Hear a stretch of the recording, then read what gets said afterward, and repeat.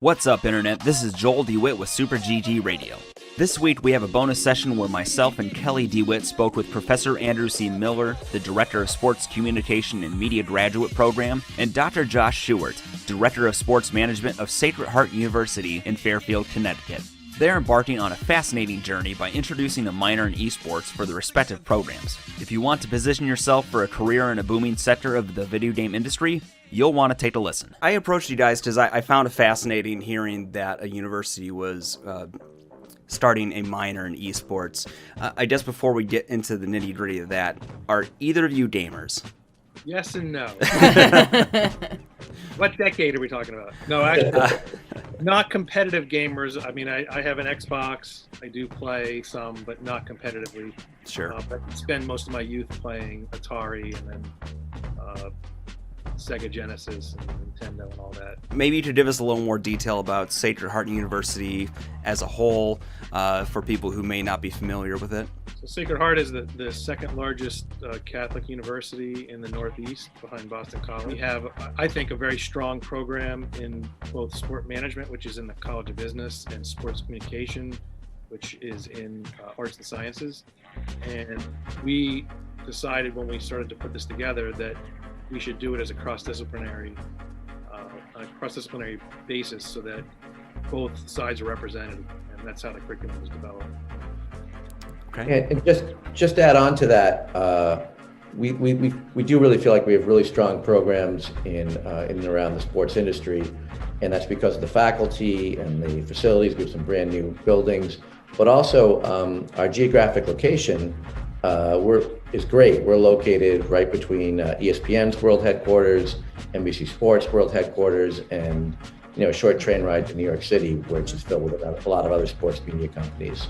And even the pandemic has changed the way people work, but even so, I think that those geographic locations enable us to bring professionals to our campus and have our students intern at a variety of places. Sure, of course.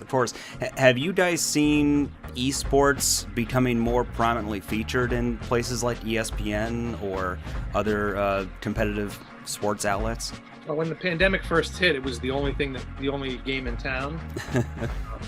So there were a lot of places were leveraging that because it was the only place they could really generate any content because all the sports were shut down. Yeah, although there was, actually the Washington Post just had a big article fairly recently about how ESPN, they had a whole division that was covering esports, and they essentially shut it down.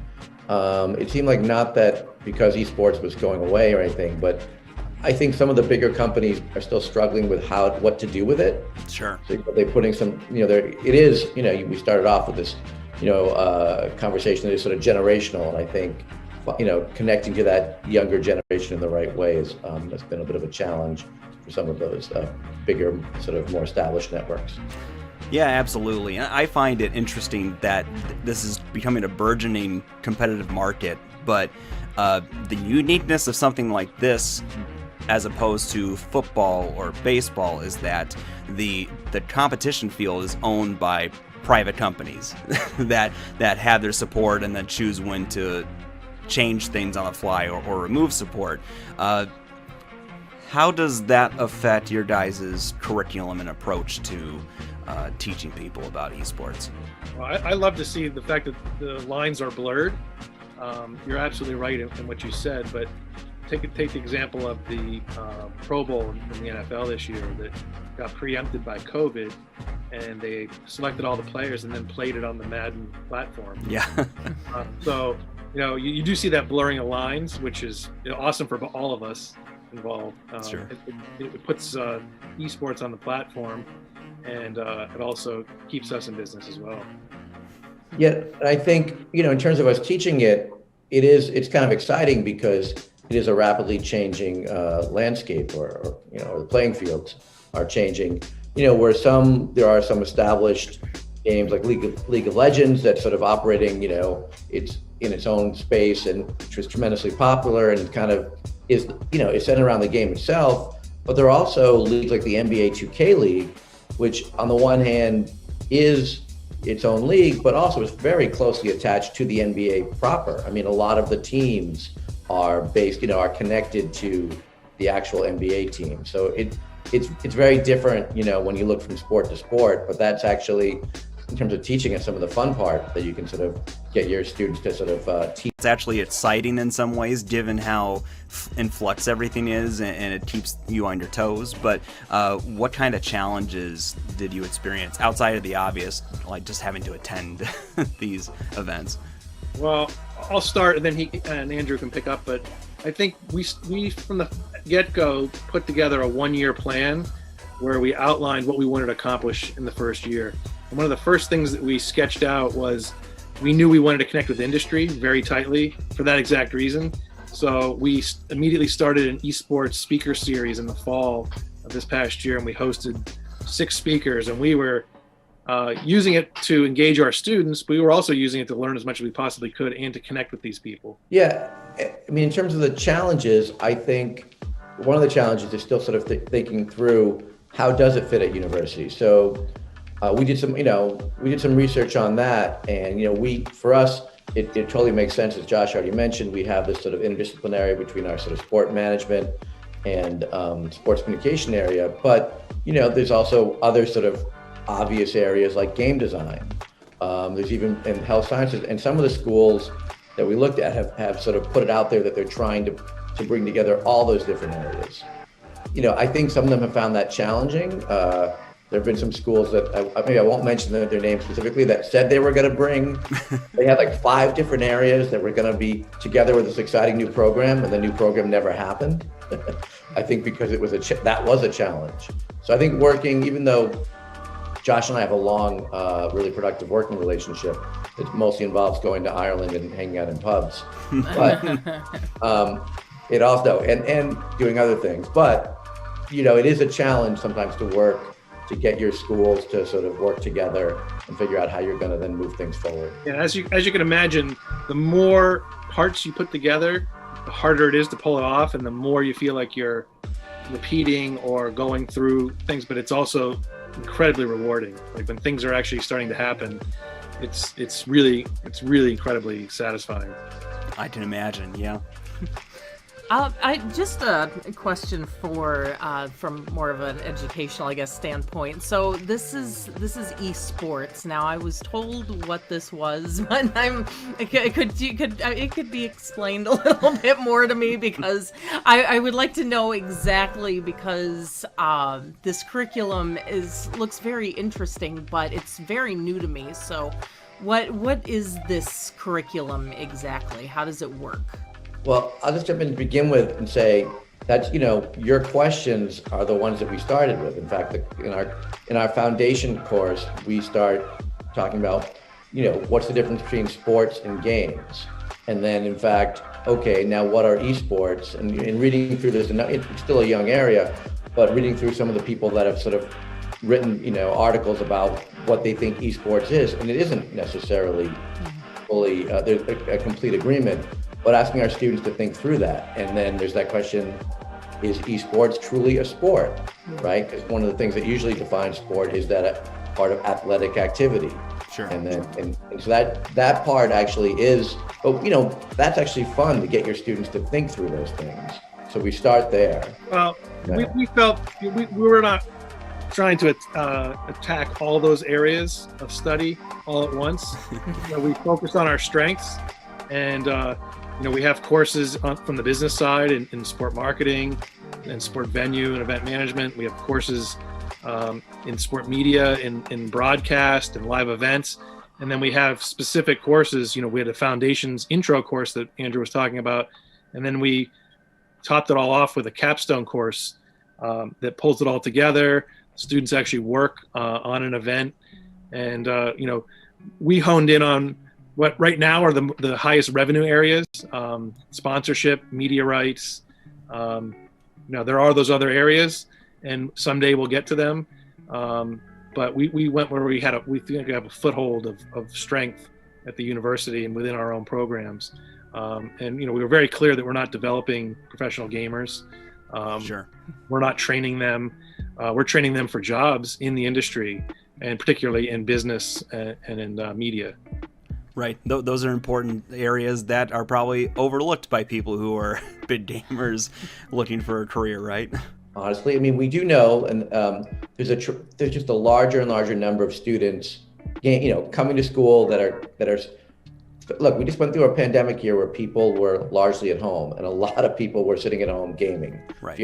If you have kids, you know that was happening, and then for us to then think about, okay, this has become a really important part of culture. It's also, there's jobs out there, and we need to sort of approach that head on, as well as recognizing the fact that students want to keep playing. So we're like, all right, or this is an interest of yours.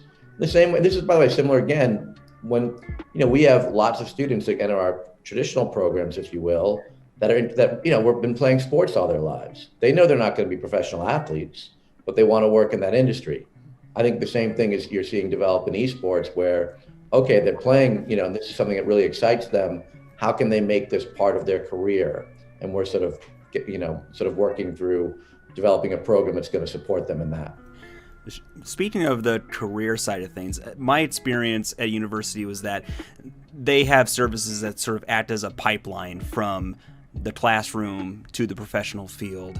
As part of this, what kind of connections have you made within the esports community that would benefit your students? I did mention a little bit earlier, so one of our first initiatives was to launch an esports speaker series, and we targeted some people in areas that we wanted our students to be exposed to, and brought those speakers in, and we actually plucked a few of those people for the beginnings of an advisory board, and we bouncing ideas off of them repeatedly.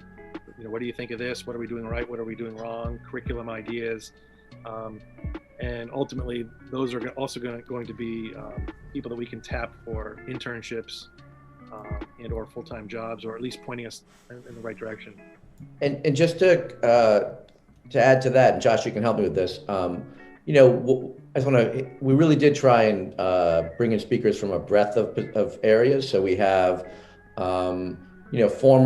former gamers who now are general managers of teams, but there's the person who's running a team. We have someone who's one of the leading sports agents for esports players and people in the field. We brought in also there's someone who runs a media production company who's producing media for esports in and around different leagues. I think, what else did we have? President of the NBA 2K League.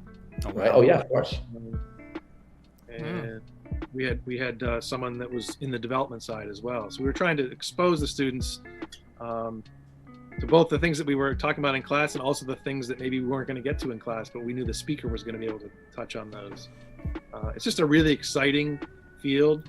And I think the best comment that I heard was from a really high level speaker. And he said, anyone that tells you that they've been in this industry for 15 years is full of it, because we're all learning it on the fly, even the VPs and everything. And we're all kind of making it up as we go, which is exciting, but it's also, daunting. You really need to do your homework to stay up on it. Right, I agree. It seems like gaming back when you and I played in our earlier years, it was kind of a niche thing. Like people, some kids played it, but it wasn't quite as widespread and mainstream as it is now. So it's fascinating. Also wasn't considered a waste of time. Yeah. Well, it was when I was growing up. It was like, why are you wasting your time? Now it's like, maybe my kid will become a professional, or maybe my kid will run into the right person and have enough streams, and all of a sudden we'll make a bunch of money and I can build a pool. Whereas when we were growing up, it's like, why don't you go outside? Yeah, we were born at the wrong time, I guess.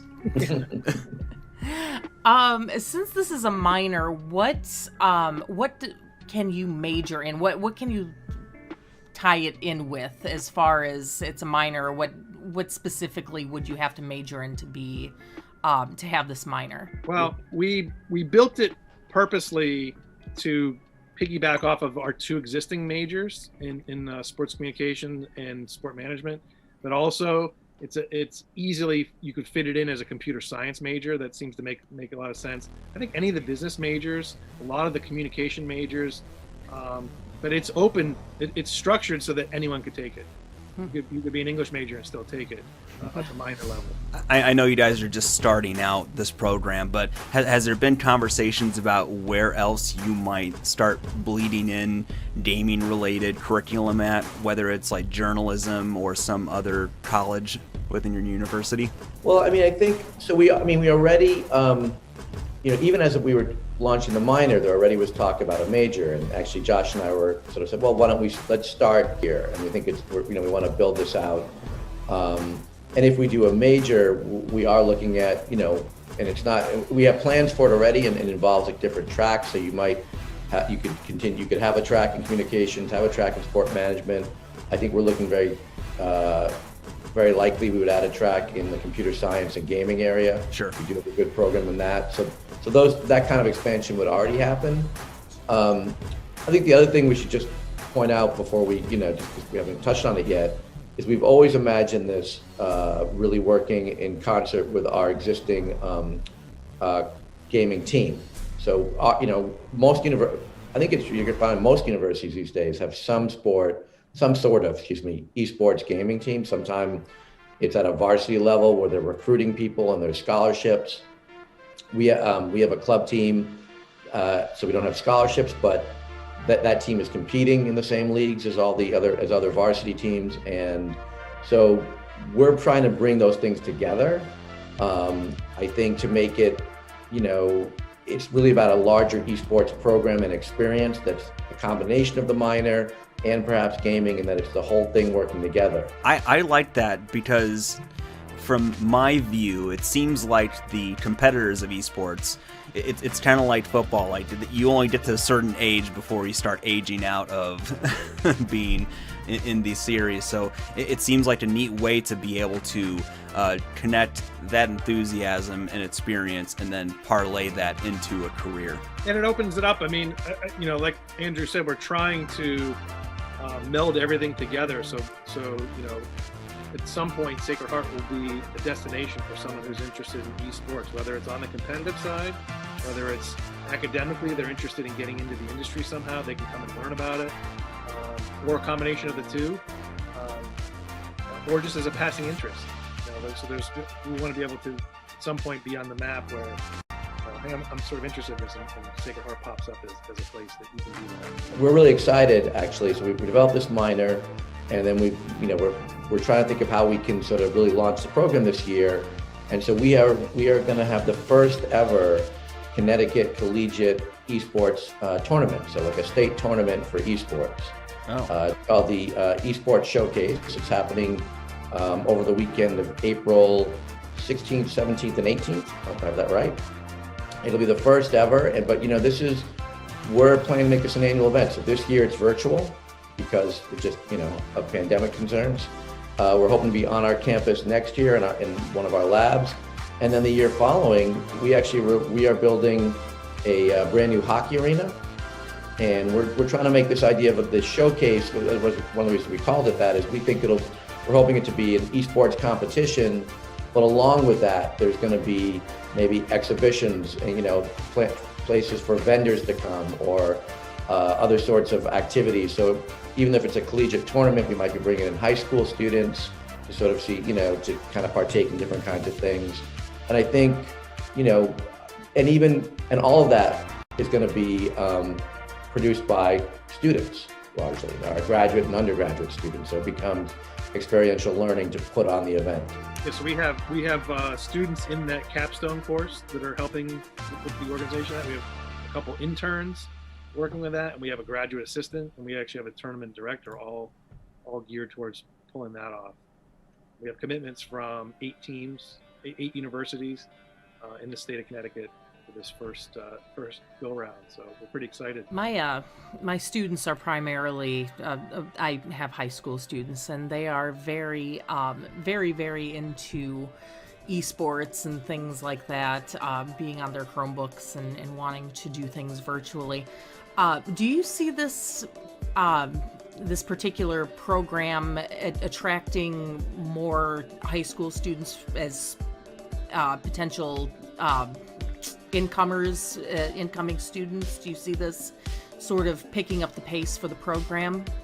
Absolutely. That's and that was always in the back of our mind or the front of our mind. I think it's an instant connection. You know that's what the kids are doing. I have two teenage kids.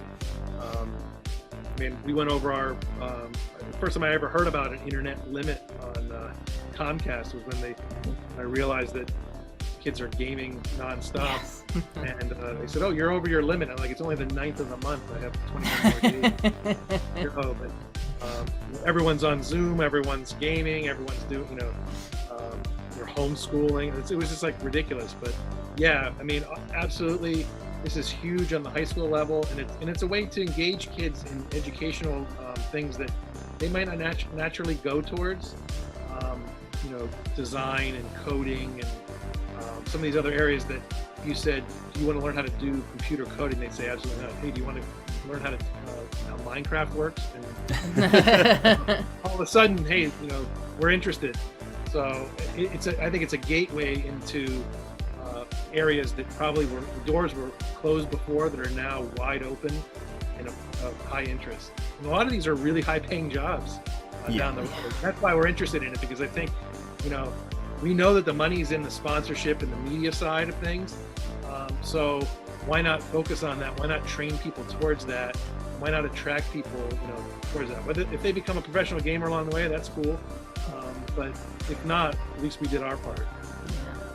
It's the way the world is moving. Yeah, absolutely. So I keep thinking of my students every time.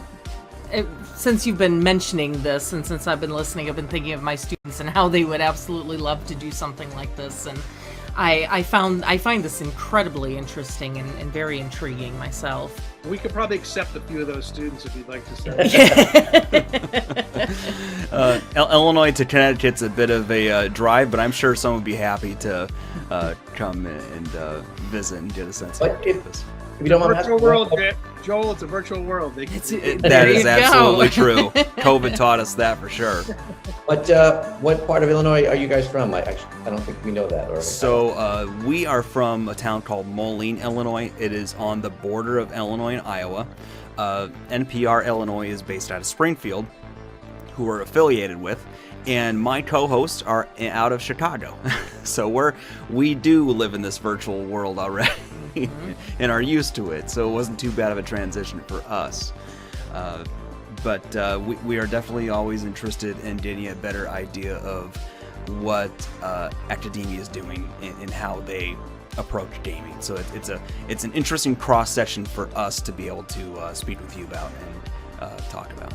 Describe yourself as a video game character. What video game character would you be? Probably Waluigi from Mario Kart. Next time I cheat. I don't know. I was always partial to Sonic, and maybe because sometimes I have too much energy and I'm not always well directed. You get bonus points for the Sonic. If I would ask you one last question, it would be, if you're giving like an elevator pitch to your students about why they should choose to pursue this minor, what would it be? I'll give you mine. Mine would be like, do you like to make money and have fun while you're doing it? This might be the track for you. Are you interested in having a career in something that's, of the moment? This is like esports, right now is the most cutting edge area of sports. So do you want to be involved in that? I think that's what we're going to try and cover. And we started the way, I'm just a terrible elevator pitch because I'm still talking. But, it starts where you began, which is, this is change. Esports is going to be so much different in 5 years than it is now. And that's why you should do it. Because it's going to be fun and changing and exciting, because that's the nature of this area. For more content like this, check out Super GG Radio on all podcast services for weekly conversations about betas, demos, news, and clearing out our backlog. You can also find us on twitch.tv/SuperGGRadio and like and subscribe to our YouTube channel. See you there.